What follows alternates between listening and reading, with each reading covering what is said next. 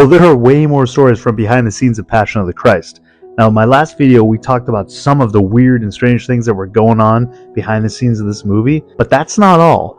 Now, this is part 2, so if you haven't watched my previous video, go watch that one first and then come back and watch this one. Lightning struck Jim Caviezel while he was on the cross filming the crucifixion scene twice, not just once, twice.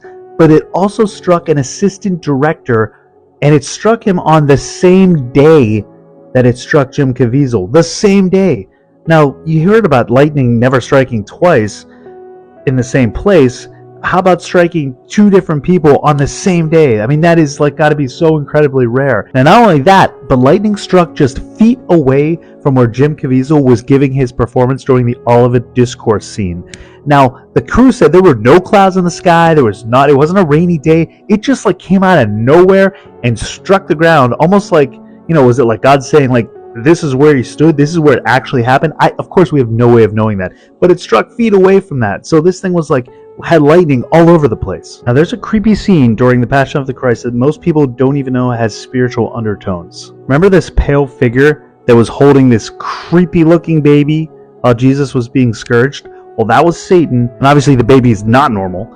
It was meant to be a mockery of Mary and Jesus. Now, Mel Gibson said he wanted Satan to be portrayed as androgynous, seductive, and unsettling to confuse viewers, just like the enemy confuses truth. I mean, look at actually, let's not look at that. Let's just get that. It's much better, much better, much better. Now, that twisted baby that's no longer behind me represented the perversion of innocence and how evil often hides behind what looks to be harmless. So the scene wasn't just artistic, it was meant to be subtle and subversive and a visual representation of how Satan operates, mocking and deceptive, and that's why it feels wrong when you're watching it. Did you catch that when you were watching it? Or did it feel off and you didn't really know why?